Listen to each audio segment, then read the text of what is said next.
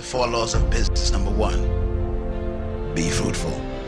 Okay, this is where business begins. The word fruitful in Hebrew means productive. It doesn't mean to have children. I was shocked when I discovered that. The first command God gave man was what? Be productive. In other words, produce something. Say it. Be productive. Stop saying fruitful because you're thinking about babies. Tell your neighbor, be productive. No, say it this way. Produce something that I could buy. That's the first command. Now, here's something important to remember. The first command is to be what? Fruitful. The first command should have been be seedful, because fruit is a result of seed. You can't have fruit unless you have a seed that has a tree that bears fruit. God ignores the entire first step. Look at me, man, let's get deep now. God said, look, I even ain't gonna talk about seed. Oh, he still ain't got it. Listen, when God demands something from you, it exists. So the demand for fruit is a presumption that there is seed somewhere. The number 1 reason why there's poverty in North Tulsa is not because of a lack of investors coming in, but a lack of productivity inside. Listen. Here's how you measure a nation's wealth. Listen carefully. A nation's wealth is measured by 3 letters. All nations. Gross national productivity. In other words, if the nation ain't producing, they call it poor in the UN. Money doesn't make you rich. Productivity does. That's why China is one of the biggest threats right now.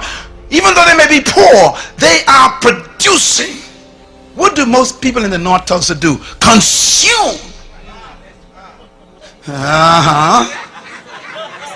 You keep going to the bank to borrow money to buy stuff that isn't productive. I mean, if you're going to buy a vehicle, buy a truck so you can become one who collects garbage to produce a business. Don't buy a car to drive around in. That ain't productive. The command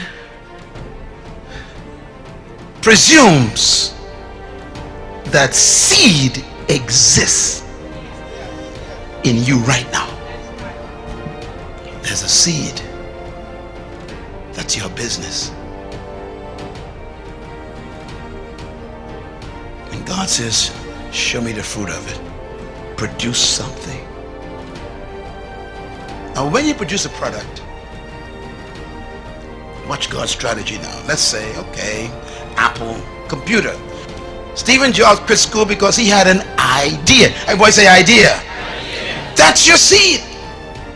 Your seed is the idea that won't quit. This guy had an idea. He went to visit a plant to see a computer. And he went and he saw this computer, and the computer was big as half of this room. He looked at it, he says, why can't they reduce that to the size of a desk? And he walked out. And he kept seeing visions of that great massive computer the size of a room on the desk. I wonder what you see that won't leave you alone. Write this down. Every problem is a business. I'll say it again. Every problem is a business. One man see bare feet, that's a problem. The other one see a shoe company, that's a business. One man see a hog island, that's a problem. Another man sees a resort, that's a business. Produce your seed. Produce your fruit. And then the second command, multiply. You know, when you produce a product, then you got to reproduce it. If you cannot reproduce what you've produced, you're going to be poor. One of the keys of successful business is being able to reproduce your product 1,000,000 times more. Any good company that wants to succeed must be able to follow God's second command, to multiply. So that's why when you want to, you see, there was only one Burger King years ago, one restaurant that sold one Burger King. They refined, everybody say refined, they produced a fruit. Now everybody makes burgers, but they produce a unique burger called a Whopper. Come on, somebody. Now you make burgers at home, don't you? But when you want a Whopper, you go straight to Burger King. Even though you got the same bread and beef and all this stuff, you still want it because they refined it. Everybody say refined it. I'm talking about. See, you got to take your seed and produce a fruit, and you refine it first. If you're going to be a cosmetologist, you still ain't going to be wealthy, because anybody can be a cosmetologist. You got to find what kind of cosmetologist you will be. What are you going to specialize in? Everybody sells burgers, but no one sells a Whopper. What's your Whopper? That's the question. Now watch Burger King. Burger King then takes this Whopper sandwich that they refined, and they developed a system, everybody says system, to reproduce the same Whopper every time. So when I went to Mexico one day, we went to Burger King. The same Whopper came out in Mexico. We went down to Venezuela, Burger King, the same Whopper. We were in Ukraine, in Russia, the same one. I said, how can the same Whopper be in every country? Because they reproduce. I poured. They only developed one prototype, one prototype. And they kept testing it and testing it. One prototype. And when they got that one prototype down to a science, that's the fruit, then they said, okay, now let's assembly line. And they start multiplying. What you cannot multiply, you can never succeed in. My message is my fruit. Leadership, kingdom, purpose. They're my fruit. Now I got to put them in a form where they can be multiplied. So now I got to shift into books and CDs and DVDs and they're in 25 different languages. I got to multiply. Same message. If you want a Big Mac, you can never get it from Burger King, because Big Mac is McDonald's fruit, and they keep reproducing it. God's third command, replenish, is a big one. If you're going to be successful in business, you got to be able to distribute your product. You got to develop a distribution system.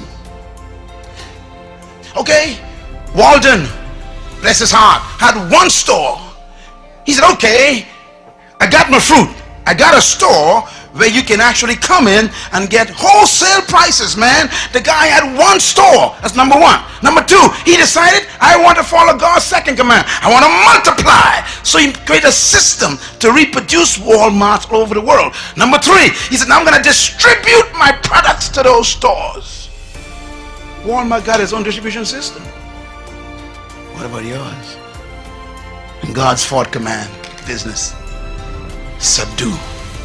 Subdue means you control the market. To subdue means to control. If you do not control your market, you will die poor. Simple, isn't it? Bill Gates was so successful in following God's commands that Congress had to call him in. Remember? He was so dominating in the market. They said, you got to break up your company. We can't have you controlling the whole world like this. Why? He subdued the market. If you wanted anything to do with software and computers, got to come through Microsoft. Can I put it another way? Subdue means when anybody wants a product like yours, you're the first one they think about. Subdue.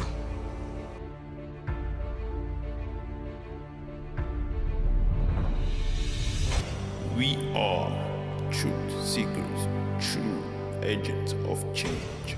Please subscribe to our YouTube channel for more educative and inspiring materials.